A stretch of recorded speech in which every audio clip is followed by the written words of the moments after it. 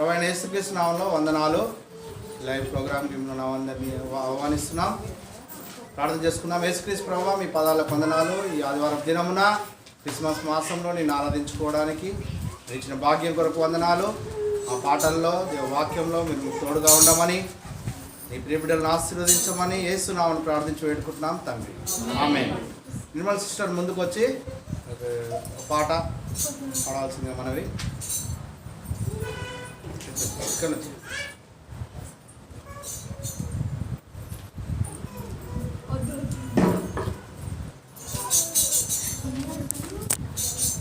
పల్లవి హల్లెలూయా హల్లెలూయా. నా ప్రియుడా, నా ప్రియ యేసు, నా వరుడా, పెళ్లి కుమారుడా, నా ప్రియుడా, నా ప్రియ యేసు, నా వరుడా, పెళ్లి కుమారుడా, ఎప్పుడయ్యా లోక కళ్యాణము, ఎక్కడయ్యా మహోత్సవం, ఎప్పుడయ్యా లోక కళ్యాణము, ఎక్కడయ్యా మహోత్సవం, మధ్యాకాశమా మహిమలో కానన, మధ్యాకాశమా మహిమలో కానన, నా ప్రియుడా, నా ప్రియ యేసు, నా వరుడా, పెళ్లి కుమారుడా, నరులలోని మంచివాడు, ఎక్కడైనా నాకు కనరాడే, నరులలోని మంచివాడు, ఎక్కడైనా నాకు కనరాడే, నీ ప్రేమ మధురం, నీ ప్రేమ అమరం, నీ ప్రేమ మధురం, నీ ప్రేమ అమరం, పరలోక సౌందర్య తేజోమయుడా, పదివేలలో అతి సుందరుడా, పరలోక సౌందర్య తేజోమయుడా, పదివేలలో అతి సుందరుడా, ఎప్పుడయ్యా లోక కళ్యాణము, ఎక్కడయ్యా మహోత్సవం, ఎప్పుడయ్యా లోక కళ్యాణము, ఎక్కడయ్యా మహోత్సవం, మధ్యాకాశమా మహిమలో కానన, మధ్యాకాశమా మహిమలో కానన, నా ప్రియుడా, నా ప్రియ యేసు, నా వరుడా, పెళ్లి కుమారుడా, నా ప్రియుడా, నా ప్రియ యేసు, నా వరుడా, పెళ్లి కుమారుడా.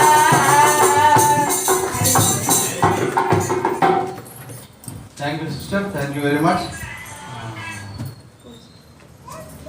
సిస్టర్ ప్రవీణ ముందుకు వచ్చి యెషయా గ్రంథం 9:6 చదవాల్సిందిగా మనవి. అక్కడ పాట పాడుకున్నాం. మరి ఆయన ఈ లోక కళ్యాణం కొరకు మనమందరం ఎదురు చూస్తున్నటువంటి సంఘమై ఉన్నాము.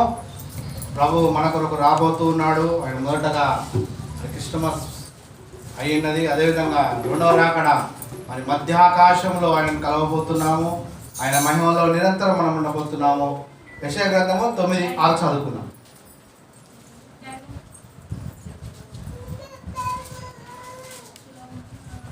హల్లెలూయా, ప్రైజ్ ది లార్డ్. యెషయా 9:6. ఏలయనగా మనకు శిశువు పుట్టెను, మనకు కుమారుడు అనుగ్రహింపబడెను, ఆయన భుజం మీద రాజభారం ఉండును, ఆశ్చర్యకాడు, ఆలోచనకర్త, బలవంతుడైన దేవుడు, నిత్యుడగు తండ్రి, సమాధానకర్తయగు అధిపతి అని అతనికి పేరు పెట్టబడును. Amen. Thank you sister, thank you very much. So మన దేవుడు ఆశ్చర్యకరుడు, ఆశ్చర్యకార్యాలు చేసేవాడు, సమాధానకర్త, ఆలోచనలు ఇచ్చేవాడు.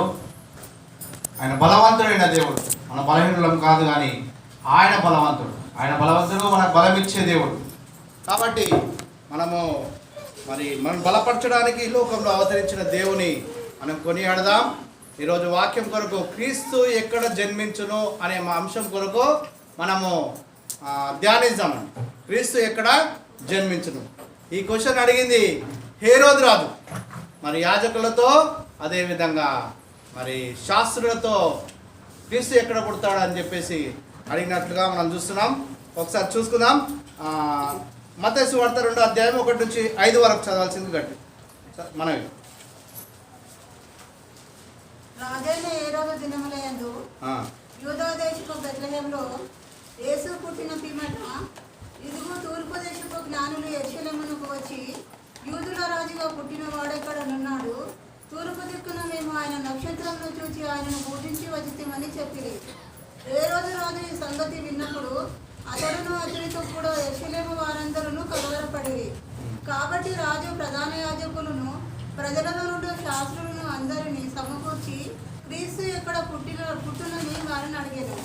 అందుకు వారు యూదా బెత్లెహేములోని ఏలయనగా యూదా దేశపు బెత్లెహేమా, నువ్వు యూదా ప్రధానులలో ఎంత మాత్రము అల్పమైన దానవు కావు. ఇశ్రాయేలును నా ప్రజలను పరిపాలించు అధిపతి నీలో నుండి వచ్చును. Thank you very much. క్రీస్తు ఎక్కడ పుట్టును? సో ఈ క్వశ్చన్ వేసింది ఎవరండి? హేరోదు రాజు. ఎవరితోటి?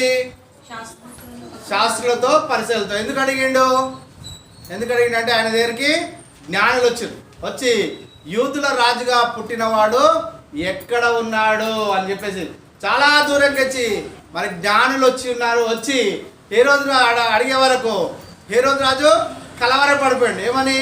నేనే రాజును, ఇంకొక రాజు పుట్టిండా ఇక్కడ, నా రాజ్యం పోతుందా అని చెప్పి భయపడిపోయి ఆయన మరి అడుగుతా ఉన్నాడు, యూదుల రాజుగా పుట్టేవాడు ఎక్కడ పుడతాడు, మీ గ్రంథాల్లో ఏమైనా ఉన్నదా అని చెప్పేసి. ఆయన పుట్టిండు. అదేవిధంగా చాలా కాలం అయింది, కొద్ది సమయం గడిచింది, అయినా చాలామందికి తెలియదు యేసుక్రీస్తు ప్రభువారు పుట్టిండు అని. అయితే ఆయన అడిగినప్పుడు మరి శాస్త్రులు పరిచయలు ఆగమేఘాల మీద ఏం తెప్పించారు? ఆ గ్రంథాలు తెప్పించి ఆ చుట్టలు తెప్పించి విప్పి చూస్తూ ఉన్నారు. చూసిన తర్వాత వాళ్ళకు ఒక వచన భాగం దొరికింది. ఏ భాగం అది? మీకా సువార్త 5వ అధ్యాయం 2వ వచనం.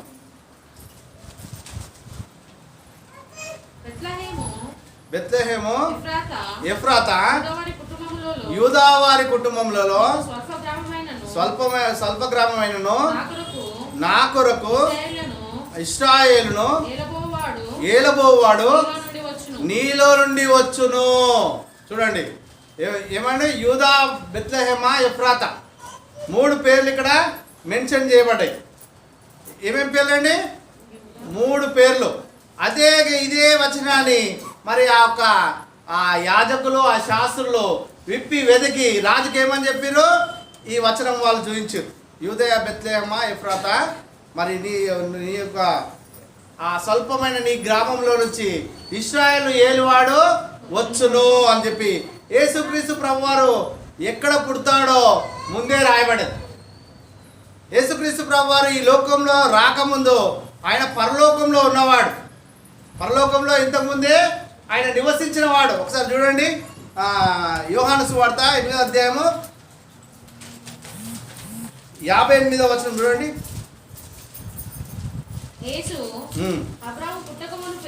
అబ్రహాము పుట్టక మునిపే నేనున్నానని మీతో నిశ్చయంగా చెప్పుచున్నాను. అబ్రహాము పుట్టక ముందే ఆయన ఉన్నాడు. జగతి పునాది వేయబడక ముందే ఉన్నాడు. చూడండి, యోహాను సువార్త 17వ అధ్యాయం 5వ వచనం.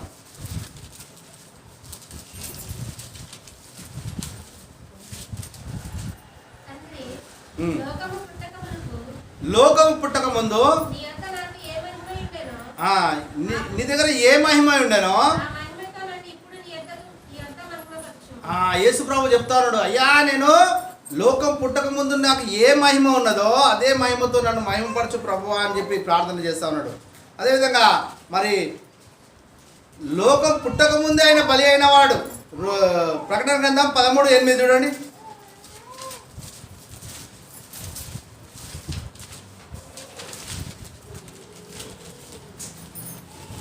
నివాసులందరూ అనగా జగత్ పునాది వేయబడక మునిపే మొదలు వధింపబడి ఉన్న గొర్రెపిల్ల యొక్క వధింపబడిన గొర్రెపిల్ల. అంటే చూడండి, యేసుక్రీస్తు ప్రభువారు ఎప్పటి నుంచి ఉండండి? ఎప్పటి నుంచి ఉండే యేసుక్రీస్తు ప్రభువారు? జగతి పునాది వేయబడక ముందే యేసు ప్రభు ఉన్నాడు. అందరం ఏమనుకుంటున్నాము? 2000 సంవత్సరాల కొరకు క్రితం పుట్టిండు అనుకుంటున్నాం.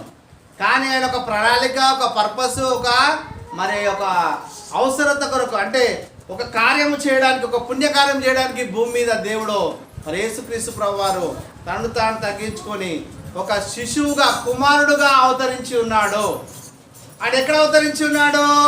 యూదా, బెత్లెహేము, ఎఫ్రాతా అనే ప్రాంతం. యూదా అనేది జిల్లా, బెత్లెహేము అనేది గ్రామం.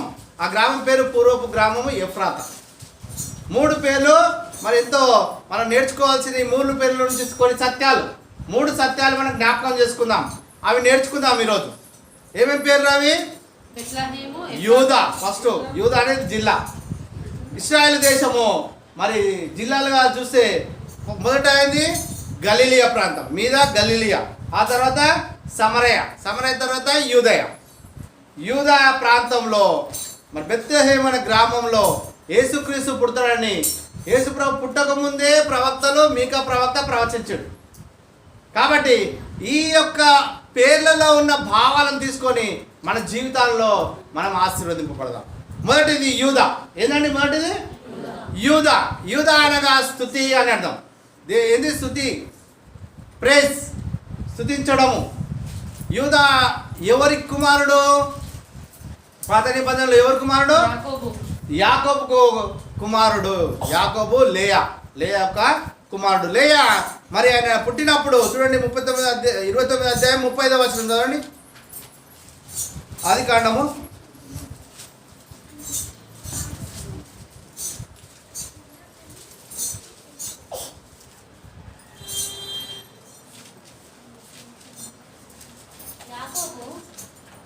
రాహేలును కనెను, రాహేలును కూడెను, మరియు అతడు లియా కంటే రాహేలును బహుగా ప్రేమించి అతనికి 29 అధ్యాయము 35వ వచనం. ఆదికాండం. ఆమె మరలా గర్భవతి అయి కుమారుని కని ఈసారి యెహోవాను స్తుతింతును అనుకొని యూదా అని పేరు పెట్టెను. చూడండి, అంటే యూదా అంటే ఏంది? పేరుకి అర్థమైంది స్తుతి. సో స్తుతి ఎక్కడ ఉంటుందో అక్కడ యేసుక్రీస్తు ప్రభువారు పుడతాడు. స్తుతి ఎక్కడ ఉంటుందో అంటే యేసు ప్రభు పుట్టడం బట్టి ఏమొచ్చింది? మనుషులకు భూమి మీద సమాధానం వచ్చింది. దేవునికి ఏమొచ్చింది? సర్వోన్నతమైన స్థలంలో దేవునికి మహిమ, భూమి మీద మనుషులకు సమాధానము. యేసయ్య ఎక్కడ ఉంటాడో, ఎక్కడ జన్మిస్తాడో, ఎక్కడ ఉద్భవిస్తాడో అక్కడ దేవునికి మహిమ వస్తుంటుంది. ఏమొస్తుందండి? యేసు ప్రభు భూమి మీదకి దిగినప్పుడు గొప్ప మహిమ దిగింది. ఆయన పరిచర్య చేసినప్పుడు గొప్ప మహిమ దేవునికి వచ్చింది. మనుషులందరూ ఏం చేశారు? దేవుడే మన మధ్య నివసిస్తున్నాడు, దేవునికి స్తోత్రం అని అనేక మాటలు దేవుని స్తుతించారు. గుడ్డి వాళ్ళకి కళ్ళు వచ్చినప్పుడు దేవుని స్తుతించారు, కుంటివారు బాగైనప్పుడు దేవుని స్తుతించారు, కుష్టి వ్యాధులు బాగైనప్పుడు దేవుని స్తుతించారు, మహిమపరిచారు. కాబట్టి యేసు ప్రభు ఎక్కడ ఉద్భవిస్తాడో అక్కడ దేవునికి మహిమ ఉంటుంది. అయితే ఇక్కడ యూదాలో అంటే దేవుడు స్తుతిలో ఎప్పుడైతే స్తుతిస్తామో అక్కడ యేసుక్రీస్తు ప్రభువారు ఉద్భవిస్తాడో. స్తుతించాలి. ఏం చేయాలండి? ఇక్కడ స్తుతించాలి. ఇశ్రాయేలు స్తోత్రముల మీద ఆసీనుడైన దేవుడు. 22వ కీర్తన 3వ వచనం.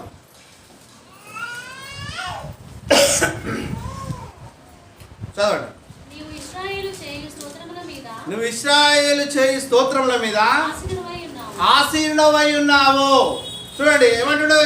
అంటే ఇశ్రాయేలీలు చేసే స్తోత్రముల మీద దేవుడు ఆసీనుడైన దేవుడు. కాబట్టి మనము స్తోత్రాలు చేస్తుండాలి. ఏం చేయాలి? మన జీవితంలో స్తుతి నేర్చుకోవాలి. స్తుతించండి అని చెప్పేసి కీర్తనలన్నీ మనకు తెలియజేస్తూ ఉన్నాయి.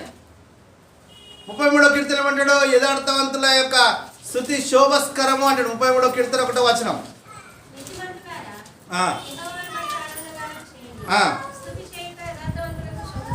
స్తుతి చేయుట యథార్థవంతులకు శోభస్కరము. స్తుతి చేయడం చాలా మంచిది. ఏది మంచిదండి? స్తుతి చేయటం మంచిది. ఏది మంచిది? ఏది మంచిది? మళ్ళీ చెప్తున్నా, ఏది మంచిది? స్తుతి చేయటం మంచిది. కాబట్టి స్తుతించండి, స్తుతించండి, స్తుతించండి. కీర్తనలు 50 అధ్యాయం 23వ వచనం చూడండి. త్యాగం అర్పించువాడు ఆ. నన్ను మహిమపరచుచున్నాడు. ఉమ్. నేను వానికి దేవుని రక్షణ కనపరిచినట్లు ఆ. వాడు మార్గము సిద్ధపరచుకొనెను.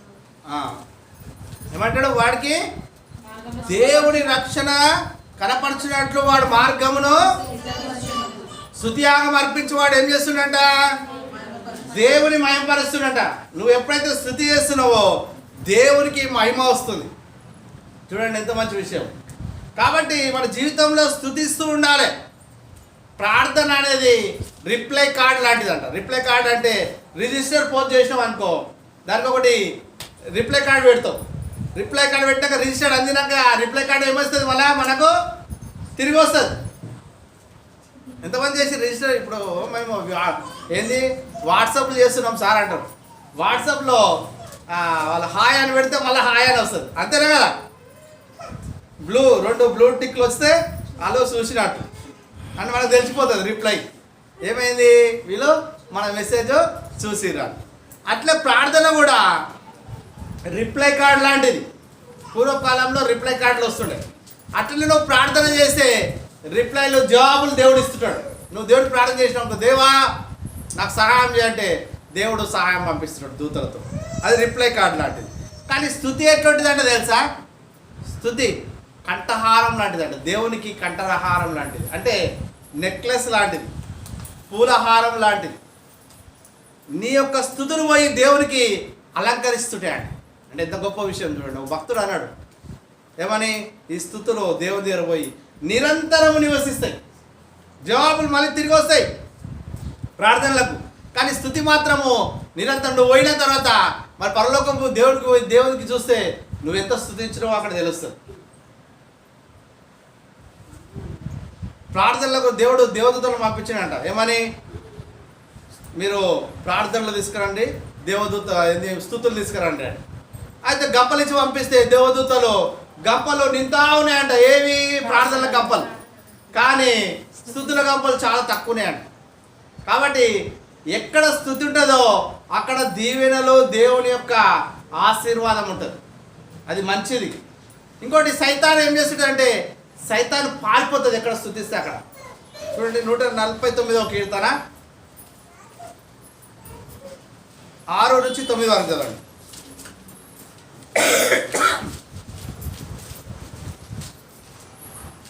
వారి నోట ఆ.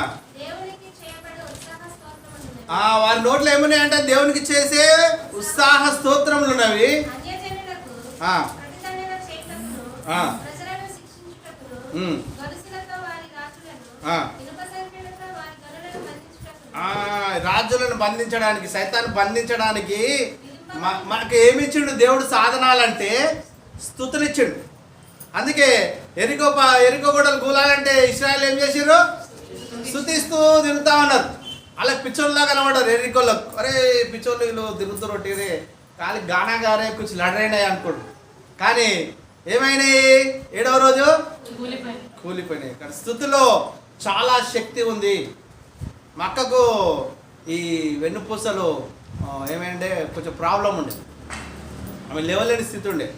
కానీ ఆమె రోజు ఏం చేసిందంటే ఈ 1000 నామాల బుక్ తీసుకొని రోజు చదివింది. దేవుడు ఆమెను స్వస్థపరచండి అద్భుత రీతిగా. హల్లెలూయా. సో స్తుతించినప్పుడు దేవుడు కార్యాలు చేస్తాడు. సైతాన్ వెళ్ళిపోతుంది. ఎందుకు వెళ్ళిపోతుంది? మనం దేవుని పొగుడుతున్నాం అనుకో, సైతానికి ఏమొస్తుంది? కంపరం వస్తుంది. ఏమొస్తుంది అండి? కంపరం లేస్తుంది. దానికి లేచి పారిపోతుంది. అందుకే మీ ఇళ్ళల్లో పొద్దున్న లేవగానే ఏముండాలి? స్తుతులు ఉండాలి, పాటలు పెట్టుకోవాలి. పొద్దున్న లేచి ఆ యేసన్న గారి పాటలు చాలా బాగుంటాయి. ఆ పాటలు పెట్టుకోండి, స్తుతి పాటలు పెట్టుకోండి. మీరు స్తుతించండి, గట్టిగా పాటలు పాడండి, పిల్లలకు పాటలు నేర్పేయండి. పొద్దున్న లేవగానే పొద్దునే దేవుని పాటలు మనము వింటే రోజంతా అదే ఉంటుంది. పొద్దున్న లేవని కొట్లాటలు ఉన్నాయనుకో, రోజంతా ఏముంటాయి? కొట్లాటలు ఉంటాయి. భార్య భర్తలు పొద్దున్న లేచి కొట్లాడుకున్నారు అనుకో, రోజంతా ఏమవుతుంది? కొట్లాటలు ఉంటాయి. కాబట్టి ఇంట్లో ఏముండాలి?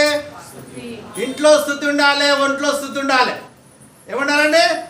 ఇంట్లో స్తుతి ఉండాలి. ఈ ఒంట్లో కూడా ఏముండాలి? ఒంటిలో స్తుతి ఉండాలి. మన కంటి ముంగట దేవుడు ఉండాలి. హల్లెలూయా. ఇల్లు ఇంట్లో, ఒంట్లో, కంట్లో ఎల్లప్పుడూ దేవుడు కదలాడుతూ ఉండాలి. ఆయన యొక్క దివ్య లక్షణాలు మన ఎదుట ఏం కావాలి? కొనియాడుతూ ఉండాలి. కాబట్టి స్థుతిలో మనము అంతకంతకు ఎదగడం బట్టి మనకు భక్తులకు అదే ఘనత అంటాడు. అన్నా లేదా? 139 కీర్తన, సారీ 149 కీర్తన. ఆయన భక్తులకు ఇదే ఘనత. సో సైతాన్ వారిపోతుంది, మరి భక్తులకు ఏమొస్తుంది? ఘనత వస్తుంది. కాబట్టి ఈరోజు నుంచి మనం ఏం చేద్దాం? స్తుతిద్దాం. స్తుతిస్తుంటే దేవుడు అక్కడ ఉద్భవిస్తాడు, అక్కడ జన్మిస్తాడు. జన్మించినప్పుడు దేవునికి మహిమ వస్తుంది, మనకేమొస్తుంది? సమాధానం వస్తుంది. మనకు సమాధానం, భూమి మీద మనుషులకు సమాధానం అన్నాడు కదా, నువ్వెంత స్తుతిస్తే అంత సమాధానం. కాబట్టి దేవుని లక్షణాలు తీసుకొని దేవుని స్తుతించండి, పాటలు పాడుతూ దేవుని స్తుతించండి. అదే ఈ యొక్క క్రిస్టమస్ అనగానే ఏది తాగడము తినడం కాదు. చేస్తాం మనం, ఏంది గర్జలు, పూరీలు, అవి ఇవి, బిర్యానీలు, ఇంకేమంటే కొంతమంది అయితే ఊర్లలో తాగడం. కిస్మిస్ క్యా కర్రే అంటే కిస్మిస్ కర్రే, మిస్ ఓవయా కిస్కు అలా ఏది కుమారుడి ముద్దు పెట్టుకుని. లేకపోతే మీరు చూడండి 2వ కీర్తనలో, 2వ కీర్తన 12వ వచనం. ఆయన కోపము త్వరగా రగులుకొనును, కుమారుని ముద్దు పెట్టుకోండి. ఆయన కోపించును. ముద్దు పెట్టుకోవాలి. ఎవరిని? కుమారుడుగా అవతరించిన యేసయ్యను మీరు ముద్దు పెట్టుకోవాలి. చాలా మంది క్రిస్టమస్ అనకుండా క్రిస్టమస్ ఏమంటారు? కిస్మిస్. కిస్మిస్ కిస్మిస్ అంటే కిస్ మిస్ అయింది. ఇక్కడ ఎవరిని? కుమారుని ముద్దు పెట్టుకునేది మిస్ అయింది. మిస్ అయితే పోయినట్టే కదా. తాగడం తినడం కాదు. ఈ క్రిస్మస్ పేరు మీద బీర్లు తెచ్చి కోటలు తెచ్చి తాగితే అది పండుగ కాదు. యేసయ్యను ఆరాధిస్తే పండుగ, నిజమైన పండుగ. యేసయ్య నీ హృదయంలో జన్మించాలి. ఏడు జన్మించాలి? నీ హృదయంలో ఎప్పుడు జన్మిస్తాడు? యేసయ్యను స్తుతిస్తే, ఆయనను కొనియాడితే యేసయ్య నీలో ఉద్భవిస్తాడు. నీకు సమాధానం వస్తుంది, దేవునికి మహిమ వస్తుంది. కాబట్టి బాగా స్తుతించాలి. క్రిస్మస్ అనగానే స్తుతుల పండుగ. ఎవరెవరు స్తుతించరు? అందరు స్తుతించరు. మరి ఏమన్నది? 1వ అధ్యాయం లూకా సువార్త 1వ అధ్యాయము 2వ అధ్యాయము చదువుకుంటే అందరు స్తుతించరు. మరి చూడండి, మరి ఏమన్నది? 1వ అధ్యాయము 46వ అధ్యాయం 46వ వచనం. నా ప్రాణము ప్రభువును ఏం చేస్తుందంట? ఘనపరుస్తున్నది అంటాడు. చూడండి, ఆమెలో ఉన్న ప్రాణం ఎవరిని గణపరుస్తుంది? ఆమెలో ఉన్న ప్రాణం ఎవరిని గణపరుస్తుంది? ఆయన ప్రభువును గణపరుస్తుంది అంటుంది. చూడండి 69వ వచనం చూడండి. యాజకుడిని జకర్యా స్తుతిస్తా ఉన్నాడు. స్తుతింపబడును గాక, ఆయన ప్రజలకు దర్శనమిచ్చి ఆయన విమోచన కలగజేసి ఉన్నాడు. జకర్యా స్తుతిస్తా ఉన్నాడు. పరలోకం దూతలు స్తుతిస్తున్నాయి. ఏమని? సర్వోన్నతమైన స్థలంలో దేవునికి మహిమ. లూకా సువార్త 2:14 వచనం. సర్వోన్నతమైన స్థలంలో దేవునికి మహిమయో, ఇష్టులైన మనుషులకు భూమి మీద సమాధానము. దూతలు స్తుతిస్తా ఉన్నవి, గొర్రెల కాపరులు స్తుతిస్తా ఉన్నారు, ప్రవక్తి అయిన హన్నా స్తుతిస్తా ఉన్నది, సుమయోను స్తుతిస్తా ఉన్నాడు. ఈ గుంపంతా దేవునికి స్తుతిస్తున్నారు. ఎందుకు? దేవుడు అవతరించినందుకు, భూమి మీద అవతరించినందుకు. క్రిస్మస్ అనగానే ఏంది? ఇప్పుడు పండుగ అంటే ఏం పండుగ? ఏం పండుగ అండి? గారెల పండుగనా, బుర్రెల పండుగనా? ఏం పండుగ? స్తుతించే పండుగ. కాబట్టి ఈ మాసంలో ఏం చేయాలి? మనము స్తుతించాలి, ఎక్కువ స్తుతించాలి, ప్రతిరోజు స్తుతించాలి, ప్రతి క్షణము స్తుతించాలి. మనకు ఈ యొక్క మాసం అంతా మన కళ్ళ ముంగట దేవుని తగ్గింపు, దేవుని యొక్క త్యాగము, దేవుని యొక్క గొప్పతనము, ఆయన మనను ప్రేమించిన ప్రేమను జ్ఞాపకం చేసుకో. నిన్ను నన్ను ప్రేమించి ఆయన ఎంతో దూరం నుంచి వచ్చిండు. ఎంతో దూరం నుంచి ఆయన మన కొరకు బలహీనులమైన వారం, మట్టివారమైన దగ్గరికి, మన దగ్గరికి మహిమను వదిలిపెట్టిన యేసుక్రీస్తు ప్రభువారు నీ దగ్గరికి, నా దగ్గరికి పారిపోయి వచ్చినాడు. ఏం చేసాడు? బలవంత పెట్టిందంట, ఒక ప్రేమ బలవంత పెట్టిందంట. దేవుని దగ్గర, దేవా నేను వెళ్తాను, కాలము సంపూర్ణమైనప్పుడు అంటాడు. గలతీ పత్రికలో ఏమైంది? 4:4 ఏమంటాడు? కాలము సంపూర్ణమైనప్పుడు. కాలము అయ్యిందో లేదో, ఒక నిమిషం లేట్ చేయలే దేవుడు, కొంచెం అటు ఇటు కూడా కాలే. దేవుడు వచ్చి భూమి మీద అవతరించాడు. కన్యక గర్భవతిగా ఉన్న, మరి కన్యక మరియ గర్భంలో కన్యకగా ఉన్న ఆమెలో ఆయన అవతరించిండు. ఎంత గొప్ప విషయం చూడండి. ఆయన భూమి పుట్టక ముందు ఉన్నాడు, నిన్ను నన్ను ప్రేమించిండు, కాలం సంపూర్ణమైనప్పుడు భూమి మీదకి వచ్చిండు. అందుకే దేవుని ఏం చేయాలి? మనము స్తుతించాలి. ఆయన నీకు ఎంతో సహాయం చేసిండు, లేకపోతే నీకు విమోచన లేదు, నీకు పరలోకం లేదు. నిన్ను పరలోకం గుంజుకోపోవడానికి ఆయన ప్రేమ ఇడికి గుంజుకొచ్చింది ఆయన. హల్లెలూయా. నేను మామూలు భాష, మన వాడుక భాషలో చెప్తున్నాను. గుంజుకొచ్చింది. ఏం చేసిందంట? గుంజుకొచ్చింది ఆయనను.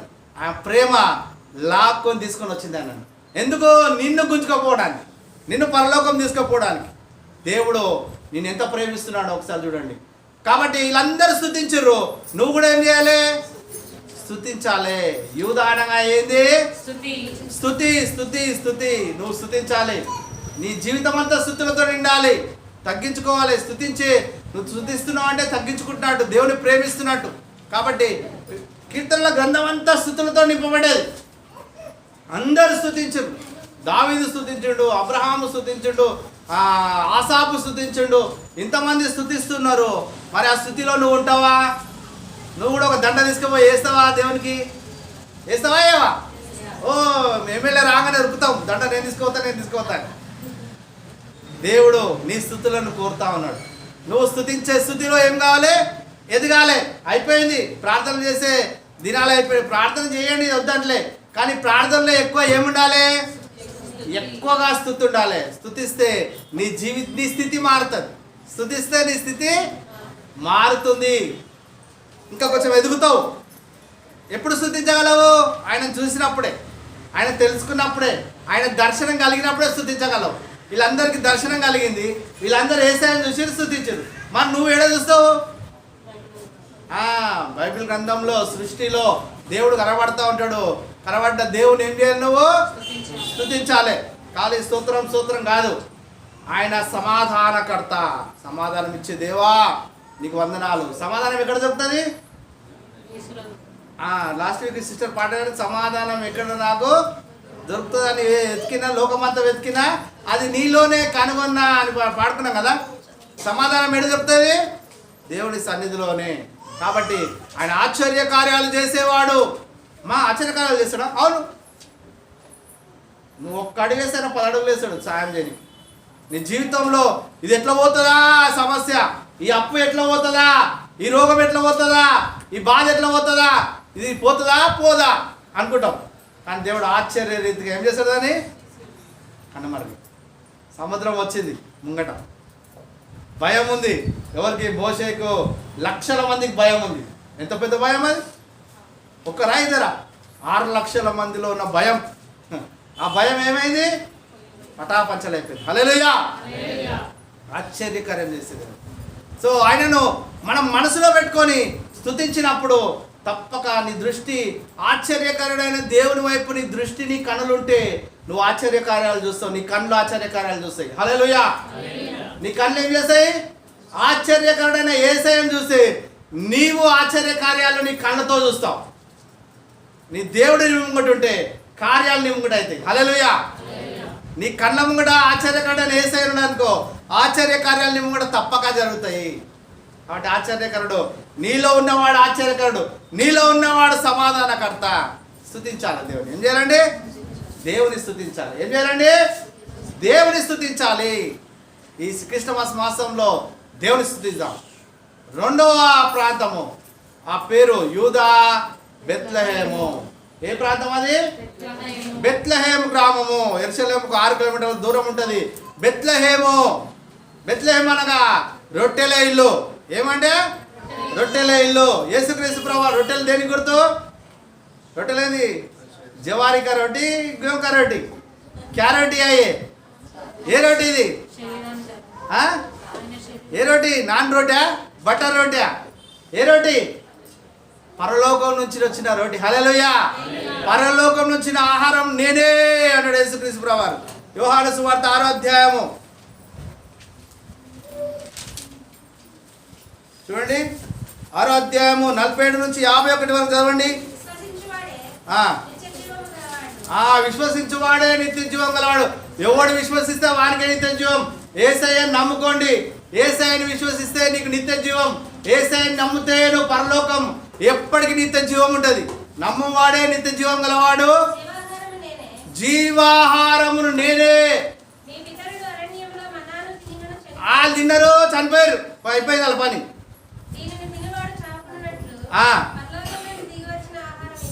పరలోకం నుంచి దిగి వచ్చిన ఆహారం పరలోకం నుంచి ఎవరు వచ్చింది ఇక్కడ యేసయ్య దిగుతాడు అందుకే ఏమంటే ఆయన జీవాహారమును చదవమ్మా పరలోకం నుంచి దిగి వచ్చిన జీవాహారమును నేనే చూడండి గీడ తిన్న బిర్యానీకి బలం వస్తే పరలోకం నుంచి వచ్చిన ఆహారానికి ఎంత బలం రావాలి హల్లెలూయా పరలోకం నుంచి దిగి వచ్చిన ఆహారం ఎవరు యేసుక్రీస్తు ప్రభువారు వాళ్ళు తిన్నోళ్ళు చచ్చిపోయారు కానీ నన్ను తిన్నోడు ఏమంటాడంట యేసయ్య తిన్నోడు ఏమవుతాడంట యేసయ్య తిన్నాడంటే ఆయన కోసుకొని తినాలని కాదు ఆయనను ఎవరైతే ఆస్వాదిస్తారో అన్నం తినేది అట్లే ఉంటుందా అరిగిపోతుంది అరిగిపోయి ఏమవుతుంది ఆస్వాదిస్తాం బలం వస్తుంది అట్లనే యేసయ్యను మనలోకి తీసుకోవాలి యేసయ్యను మనలోకి తీసుకొస్తే నీ ఆత్మ ఏమవుతుందంటే ఈ ఆత్మలో ఎంత బలం ఉంటుందంటే మామూలు బలం ఆత్మ బలం ఆహాబు దేని మీద వస్తుండు రథం మీద వస్తుండు ఏలియా దేని మీద వస్తుండు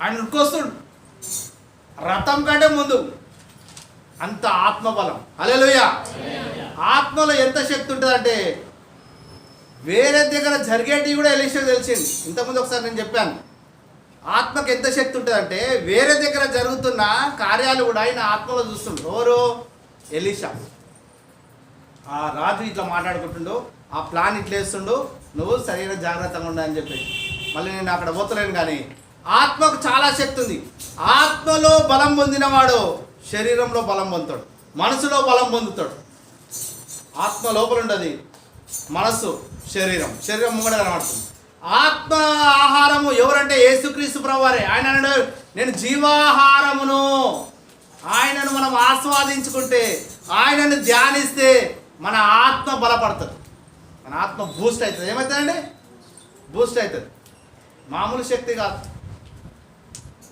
భూలోకంను జయించిన శక్తి హల్లెలూయా ఆత్మబలము భూలోకాన్ని జయిస్తుంది శరీరాన్ని జయిస్తుంది మట్టిని జయిస్తుంది కాబట్టి ఆత్మ జీవాహారం ఆయనే ఇంకో ఆహారం లేదు పరలోకం దిగి వచ్చినాడు ఒకడు ఎవరైనా యేసయ్య మాత్రమే యేసయ్యను ఆహార జీవాహారం అని నువ్వు ఆయన తీసుకుంటే నీకు గొప్ప దీవెన బెత్లెహేం అంటే ఏది వాక్యం పరలోకం దిగి వచ్చిన ఆయన మాటలే 63వ వచనం చూడమ్మా అదే అధ్యాయంలో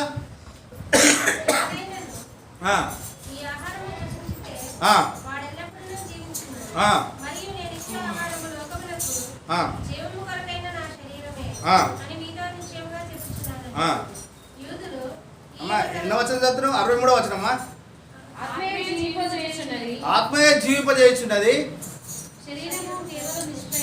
శరీరం పోతుంది మట్టిలో కలిసిపోతుంది శరీరం ఆత్మయే ఏంటంట జీవింపజేస్తుంది నీ ఆత్మ కరెక్ట్ ఉంటే ఆత్మ వెలిగించబడాలి యేసయ్య నీ ఆత్మలో ఉండాలి యేసయ్య నా ఆత్మలో రా ప్రభు అంటే ఆయన వచ్చి ఉంటాడు లేకపోతే ఉండడు జరే జా తూకోనే అంటాడు ఏమన్నాడు రమ్మ మీర పరమేశ్వర్ మీరు సాత్ అంటే ఆయన వస్తాడు నీ వెంబడి అంతేగాని నాకు వద్దంటే రాడు చాలామంది వద్దంటుకుంటారు రాడు ఏమన్నాడు నీతో నాకు సంబంధమే లేదన్నాడు సో శరీరము నిష్ప్రయోజనము ఆత్మయే జీవింపజేయును ఏమన్నాడు ఇంకేమంటాడు నేను మీతో చెప్పి ఉన్న మాటలు ఆత్మయో జీవమునైన చెప్పిన మాటలు ఏడున్నాయి ఇప్పుడు మరి మనకు ఈ బైబిల్లో ఉన్నాయి. ఆయన చెప్పిన మాటలు ఏడున్నాయి? ఆయన మాటలు చాలా శక్తినిస్తాయి, చాలా బలం ఇస్తాయి. కాబట్టి వాక్యం చదవాలి. వాక్యం చదివితే అక్కడ వాక్యంలో దేవుడు దొరుకుతాడు. ఎక్కడ దొరుకుతాడు? ఆయన దర్శనం దొరుకుతుంది వాక్యంలో, ఆయన జీవం దొరుకుతుంది వాక్యంలో, ఆయన బలం దొరుకుతుంది వాక్యంలో. కాబట్టి వాక్యంలో యేసయ్య ఉద్భవిస్తాడు. ఇక్కడ వాక్యం చదివితే అక్కడ ఏంది? యేసయ్య పుట్టిండంటే, యేసయ్య ఉన్నాడంటే ఏమన్నమాట? ఇంతకుముందు చెప్పుకున్నాం. సర్వోన్నతమైన స్థలంలో దేవునికి మహిమ, భూమి మీద మనుషులకు సమాధానము. వాక్యంలో యేసయ్య నీకు దొరికిండు అనుకో, నీకు సమాధానమే సమాధానం, సమాధానమే సమాధానం. కాబట్టి వాక్యం చదువుతుండాలి. ఏం చేయాలి? ఫస్ట్ స్తుతిస్తుండాలి, రెండోది వాక్యం చదువుతుండాలి. వాక్యంలో యేసయ్య నీకు దర్శనం వస్తుంది, యేసయ్య ఉద్భవిస్తుంటాడు. కాబట్టి పేపర్లోకి చదువు ఇన్ఫర్మేషన్ కొరకు, కానీ ట్రాన్స్ఫర్మేషన్ కూడా కావాలి. బైబిల్ చదవాలి ప్లస్ యేసయ్య ఏడ దొరుకుతాడని చూస్తుండాలి. ఎక్కడైనా వాక్యం చూడాలన్నా యేసయ్య నాకు ఏడ దొరుకుతాడని చూడాలి, యేసయ్య లక్షణం ఏడుందా అని చూడాలి. కాబట్టి మరి యేసయ్య గురించి మీరు వాక్యం చదవండి. బెత్లెహేము అనేది రొట్టెల ఇల్లు. ఏంటండి బెత్లెహేం అంటే? మరి రొట్టెల ఇల్లు ఒకటే. మరి బెత్లెహేము ప్రపంచానికి అంతటికి నడిబొడ్డు. అక్కడ నుండి జీవాహారము మనుషులకు అందరికి సప్లై అయింది, అక్కడ నుంచే సప్లై అయింది. అందుకే మరి ప్రతి డిసెంబరు బెత్లెహేంలో చాలా పండుగలు అవుతాయి, ఎంతో గొప్పగా క్రిస్మస్ జరుపుకుంటారు. ఇప్పటికి మనం మర్చిపోలేకపోతున్నాం కదా. కాబట్టి బెత్లెహేము ఎంతో ఆశీర్వాదకరమైన పండుగ. నువ్వు యూదాగా ఉండగలవా? నువ్వు బెత్లెహేం గ్రామంలాగా ఉండగలవా? బెత్లెహేంలా నీవే ఒక బెత్లెహేంగా ఉండగలవా? నీవు మరి వాక్యము నింపుకో. 3:16 కొలెస్సీలకు రాసిన పత్రిక 3:16 అంటాడు. త్వర చదవండి.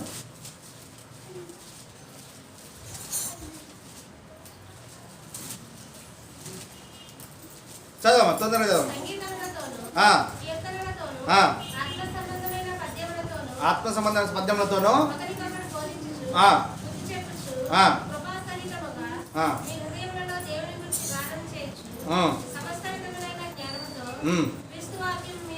క్రీస్తు వాక్యము మీలో సమృద్ధిగా. ఇట్లా ఏంది? మీ తల వలబట్టిరు అనుకో, ఓ 50 వాక్యాలను వెళ్ళాలి కనీసం. ఏం చేయాలి? ఒక వాక్యాలన్నా రావాలి, కనబడాలి. ఏ వాక్యాలు? ఏ వాక్యాలు? దేవుని వాక్యాలు, వేరే కావు, సినిమా పేర్లు కావు, ఆ పేర్లు ఈ పేర్లు కావు. ఎవరి పేర్లు వెళ్ళాలి? ఏ వాక్యం వెళ్ళాలి? దేవుని కొన్ని వాక్యాలు బైహార్ట్ చేయాలి. చిన్నపిల్లలకి ఇప్పటి నుంచే నేర్పియాలి. మీ తల్లులైన వారు ఇక మనకా ఎట్లా ఎక్కదు, ఎందుకంటే ఏజ్ బారైపోయింది. ఏజ్ బారైనాక మళ్ళా ఏది బైహార్ట్ చేయాలంటే కష్టం. కానీ చిన్నపిల్లలు ఏం చేయాలి? ఇప్పటి నుంచే వాక్యాన్ని వాళ్ళకు వేస్తుండాలి. వాక్యం మనకు కనీసం జ్ఞాపకం పెట్టుకోవాలి. ఈ వాక్యం ఒక అర్థం మనం జ్ఞాపకం పెట్టుకోవాలి.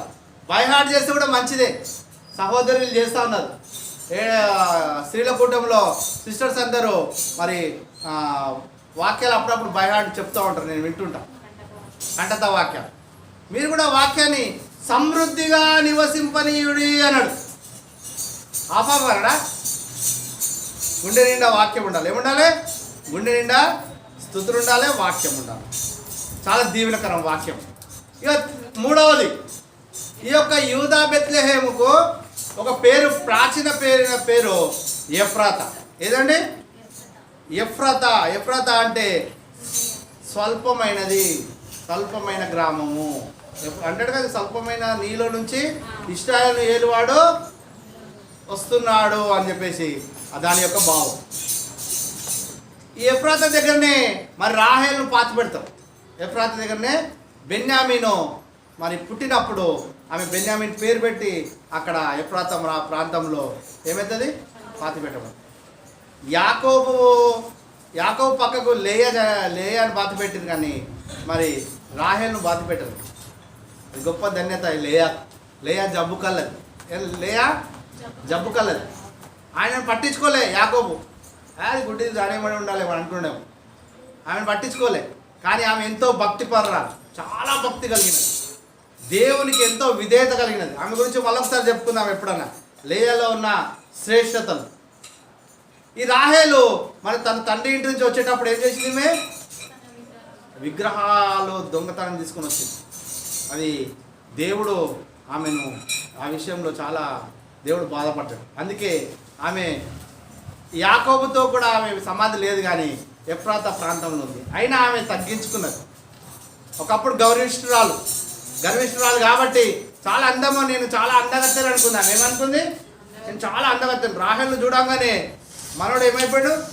ప్రేమలో పడిపోయాడు. ప్రేమలో పడ్డాను, నేను ప్రేమలో పడ్డాను.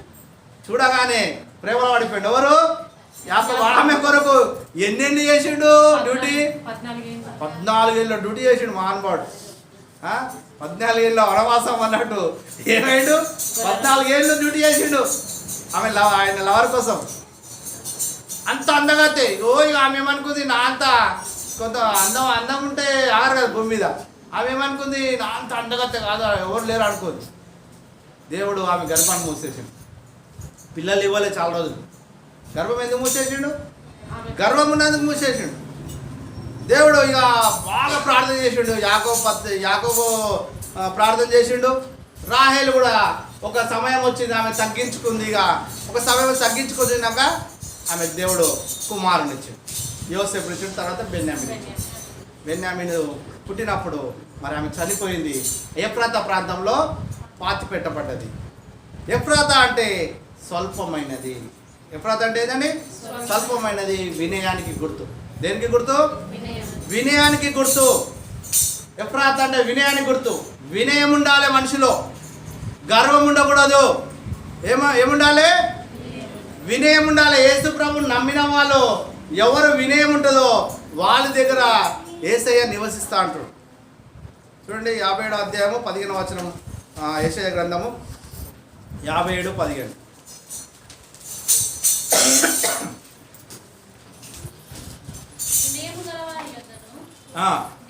ఫస్ట్ చదువు. మహోన్నతుడును మహాగణుడును.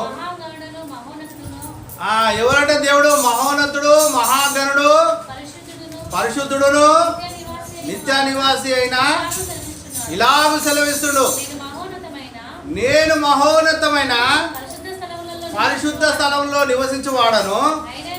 అయినను వినాలే, అయినను వినయం గల వారి ప్రాణమును ఉజ్జీవింపజేయుటకును,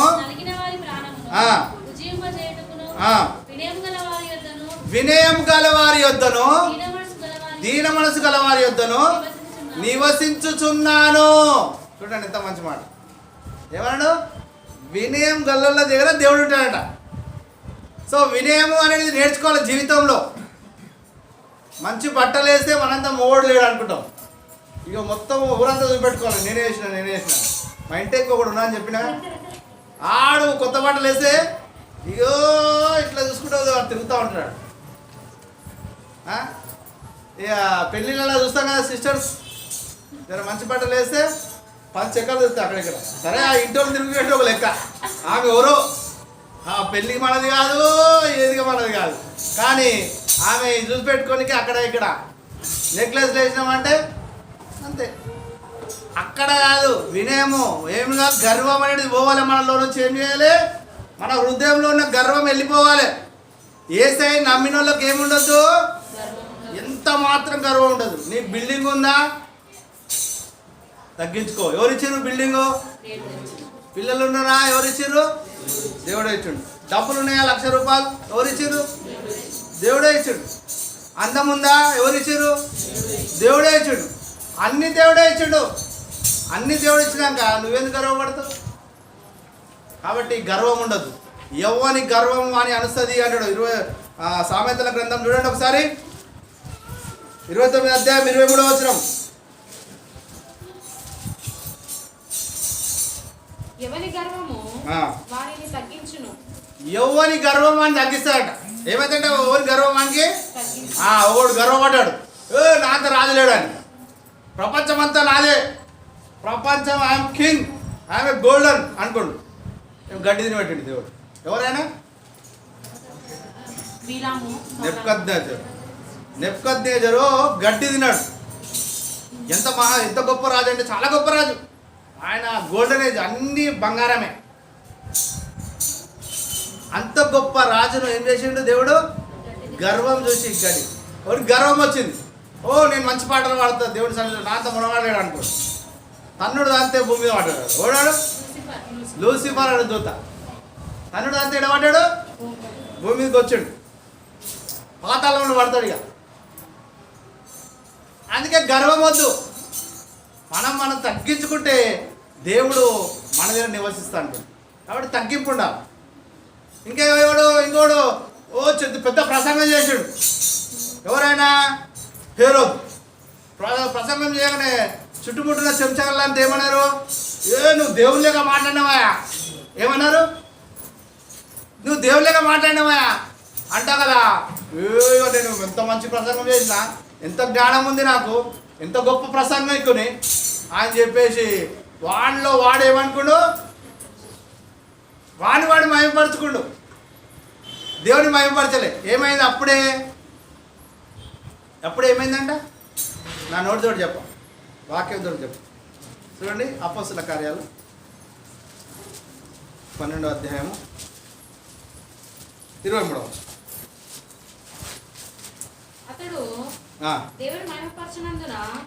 అతడు దేవుని మహిమపరచనందున గట్టే చదువు. నాకేదో తేడా అనిపిస్తుంది. మళ్ళీ చదవం. అతడు అందరు గట్టినాలే. మహిమపరచనందున వెంటనే ప్రభుదూత వాని మొత్తెను గనుక పురుగులు పడి ప్రాణం విడిచెను. ఎంత గొప్ప, ఎంత దేవుడు ఎంత గొప్ప అది చేసిండు చూడండి. గర్వం ఏమి చేసిందని? గర్వం ఏమి చేసింది? నీకున్న దేనితోటి కూడా దేవుని మహిమపరచు. దేని గురించి హెచ్చించుకోకు, నిన్ను నువ్వు హెచ్చించుకోకు. దేని విషయంలో కూడా హెచ్చించుకోవాల్సిన అవసరం లేదు. గర్వపడితే దేవుడు ఏం చేశాడు? పాతాళం దొక్కేశాడు. కాబట్టి చాలా జాగ్రత్త. ఇక్కడ వినయం ఉండాలి. ఎఫ్రాత అంటే ఏంది? వినయం కలిగి ఉండాలి. అన్ని ఉన్న ఇస్తరాకు ఏమైందంట? అనిగిమానికి ఉందంట. ఏం లేని ఇస్తరాకు ఎగిరెగిరి పడదట. ఏమైంది? ఉడాకే గాయ ఏమైందంట? ఎగిరెగిరి పడ్డదట. ఏం లేని ఇస్తరాకు. అన్ని ఉన్న ఇస్తరాకు హాయిగా నిండు కుండ తొనకదు. ఏదంటే నిండు కుండ అటు ఇటు అవుతుందా? కొంతమంది ఎంత సింపుల్గా ఉంటారంటే కలెక్టర్ రాయడం కానీ సింపుల్గా చాలా వినయం ఉంటుంది. అమితాబ్ బచ్చన్ ఒక రోజు పోతున్నాడు, విమానంలో పోతుంటే పక్కకు ఒక ఆయన కూర్చున్నాడు. అమితాబ్ బచ్చన్ అంటే చాలా క్రేజీ కదా అందరికీ. ఇప్పుడు కొద్దిగా తగ్గిండవచ్చు. అప్పట్లో అమితాబ్ బచ్చన్ అంటే చాలా గొప్పోడు. పక్కకు ఒక ఆయన కూర్చుండు, పట్టించుకుంటే లేడు. నన్ను అమితాబ్ బచ్చన్ అనుకున్నావు, నా పక్కకు ఉన్నాడు, నన్ను గుర్తుపట్టలేడా? ఏదైనా నన్ను కనీసం హాయ్ కూడా చెప్పాడు, కనీసం నవ్వలేడు అని చెప్పేసి ఈయన చూసి నవ్విండంట. ఆయన కూడా నవ్విండంట. నవ్విన తర్వాత కొద్దిసేపు అయినాక ఆయన మామూలుగా కూర్చుండంట. మీరెవరో నేనెవరో తెలుసా మీకు అన్నాడు. తెలియదు. మీరు ఎవరో అని అడిగినాడు. అంటే నేను అమితాబ్ బచ్చన్. మీ పేరు అమితాబ్ బచ్చన్ అంటే అవును. ఏం చేస్తారు మీరు అని అడిగింది. ఆయన అమితాబ్ బచ్చన్ మళ్ళీ షాక్ అయిపోయాడంట. అంటే నేను ఇంత పెద్ద యాక్టర్ను, నన్ను గుర్తించకుండా నేను యాక్టింగ్ చేస్తాను, నేను యాక్టర్ను అన్నాడు. ఓహో అట్లా అన్నాడు. నేను తెలియనోడు కూడా భూమి మీద ఉన్నాడా? అమితాబ్ బచ్చన్ ఆయన అనుకుంటాడు. ఆయన తర్వాత వెళ్ళిపోయేటప్పుడు కూడా విజ్ చేయకుండా వెళ్ళిపోయాడంట. అంటే తర్వాత పోతుంటే అమితాబ్ బచ్చన్ పోయి మీరు ఎవరో నేను తెలుసుకోవచ్చు అన్నాడు. నేను టాటా కంపెనీ అధినేతనని చెప్పింది. ఎంత గొప్పడాడు. అప్పుడు అనుకున్నాంట అమ్మ రతన్ టాటా కంటే వాళ్ళ నాన్న జేడియా ఏదో ఉంటుంది మా అని చెప్పేసి ఆయన తగ్గించుకున్నా. అంటే నేనే అనుకున్నా నేను గొప్పోని అనుకోని, నాకంటే గొప్పోడుగా ఉంటారు అని. కాబట్టి ఈ లోకంలో మనకంటే తాటిన దానితో తలని దానితో ఉంటున్నాడు.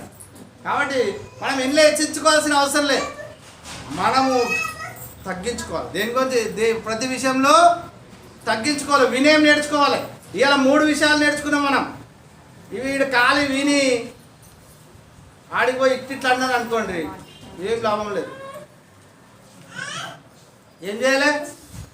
ఈడ చెప్పింది కొంచెం ప్రాక్టికల్గా పెట్టాలి. చెప్పిన మాటలు ఏం చేయాలి? కొంచెం ప్రాక్టికల్గా పెట్టాలి. ఇంటికి పోయినాక మనం ఏం చేయాలి? ఇవాళ 3 విషయాలు నేర్చుకున్నాం. ఏమేమి అవి? దేవుని స్తుతించాలి దేవుని. రెండోది ఏంది? రొట్టెల ఇల్లు వాక్యం. మూడోది ఏంది? వినయం. ఫస్ట్ పేరు ఏం పేరు? యూదా అంటే ఏం పేరు చెప్పినా? స్తుతించాలి. రెండోది ఏమి పేరు? బెత్లెహేము అంటే ఏంది? రొట్టెలు, వాక్యానికి గుర్తు. మూడోది ఏంది? ఎఫ్రాత్ అంటే ఏంది? స్వల్పం. వినయము. దీనులైన ఆత్మ విషయంలో దీనులైన వారు ధన్యులు, వారిది పరలోక రాజ్యమా. చూడండి, అంతేనా? దీనిలో ఓడైతే ఉంటాడో ఆడే పరలోకంలో ఉంటాడు, గర్విష్ఠులు ఏడు ఉంటాడు, పాతాళంలో ఉంటాడు. కాబట్టి 3 విషయాలు నేర్చుకుందాం. 3 విషయాలు ప్రాక్టికల్ చేద్దాం. ఈ క్రిస్టమస్ సీజన్లో అంటే 20 తారీఖు దాకానే చేయాలా సార్? ఆడ నుంచి న్యూ ఇయర్లో తాగాలి తినాలి, అదే కథ? ఆ కథ కాదు ఇక్కడ. ఏ కథ? స్తుతించే కథ. ఎప్పటికి స్తుతించాలి. భూమి మీద ఉన్నాడు తినాలి, దేవుడు స్తుతించాలి. భూమి మీద ఉన్నాడు తినాలో, బైబిల్ చదవాలి. భూమి మీద బతికినాడు తినాలో, కొంచెం తగ్గించుకొని బతికితే మంచిది. లేకపోతే దేవుడి ఆశీర్వాదాలు ఉంటాయి. దేవుడు అంటుడు, నేను వినయంగా అలాంటిదే ఉంటాను. ఆయన ఉంటే మంచిదే మనకు. ఆయన ఉంటే స్వస్థత, ఆయన ఉంటే జ్ఞానం. ఇంకా వినయం గురించి చాలా ఉన్నాయి విషయాలు. నేను కొన్ని అట్లా కట్ చేసి చెప్పిన మీకు అన్నీ. ఇంకా చాలా ఏమని అనుకోగలను కటింగ్ చేసిన. కానీ నేర్చుకోవాలి మనం. ఎవరు హట్ కావద్దు. చెప్పిన దానికి వీడు నన్నే చెప్పిండు, నాకే చెప్పిండు అంటే నేను ఎవరికి చెప్పిండు నాకు తెలియదు. నేను కూడా చెప్పుకుంటున్నాను. ఎవరికి ఎవరి చూసి చెప్పేది కాదు. ఇక్కడ దేవుడి వాక్యము ఉన్నది నేర్చుకుంటే దీవెనకరం. కానీ అరే నన్నే చూసి చెప్పిండు, నాదికే చూసిండు, అన్నీ బేకర మాట. ఏం చేయాలి? ఇక్కడ అన్నీ నేర్చుకోవాలి. శృతి నేర్చుకోవాలి. అప్పుడే మీ స్థితి మారుతుంది. లేకపోతే ఏం మారదు. ఎక్కడ వేసిన గొంగడి అక్కడనే ఉంటుంది. ఇక్కడ చెప్పినవి వింటాము, మళ్ళీ ఇంటికి మర్చిపోతాం. వాక్యం చదవాలని చెప్తా ఉన్నాం. వాక్యం చదవాలి. వినయం కలిగి ఉండాలి. ఏం కలిగి ఉండాలి? వినయం కలిగి ఉండాలి. ఈ 3 ఉన్నప్పుడు మన చర్చ్ కొంచెం ఏమవుతుంది? చర్చిలో దేవుడు ఉంటే అద్భుతాలు జరుగుతాయి. నువ్వు వినయం ఉండాలి, నేను వినయం ఉండాలి. నువ్వు స్తుతించాలి, నేను స్తుతించాలి. ఇందులో మనం ఎదుగుదాం. మన జీవితానికి అవసరమైన పదము ఈ క్రిస్మస్ సీజన్లో దేవుడు మనతో మాట్లాడినాడు. కాబట్టి మనము తప్పక దేవుని కొనియాడాలి, దేవుని స్తుతించాలి, తప్పక వాక్యాన్ని నేర్చుకోవాలి, సమృద్ధిగా నివసించనివ్వాలి, తప్పక వినయం కలిగి ఉండాలి. అట్టి భాగ్యం దేవుడు మనకు అనుగ్రహించుగాక. ప్రార్థన చేసుకుందాం. యేసుక్రీస్తు ప్రభువా, మీ పాదాలకు వందనాలు. మీరు మాతో స్పష్టంగా మాట్లాడి ఉన్నారు. స్తుతించుమని అయ్యా తండ్రి, వాక్యము చదవమని, వినయం కలిగి ఉండమని మా దేవా అట్టి కృప మాకందరికి దయచేయండి. సంఘమును బలపరచండి. సంఘము స్తుతించే సంఘముగాను, వాక్యము కలిగిన సంఘంగాను, వినయం కలిగిన సంఘంగాను మీరు దయచేయమని, మీ ఆత్మ మా మీద కుమ్మరించమని యేసు నామమున ప్రార్థించి వేడుకుంటున్నాం తండ్రి. ఆమేన్.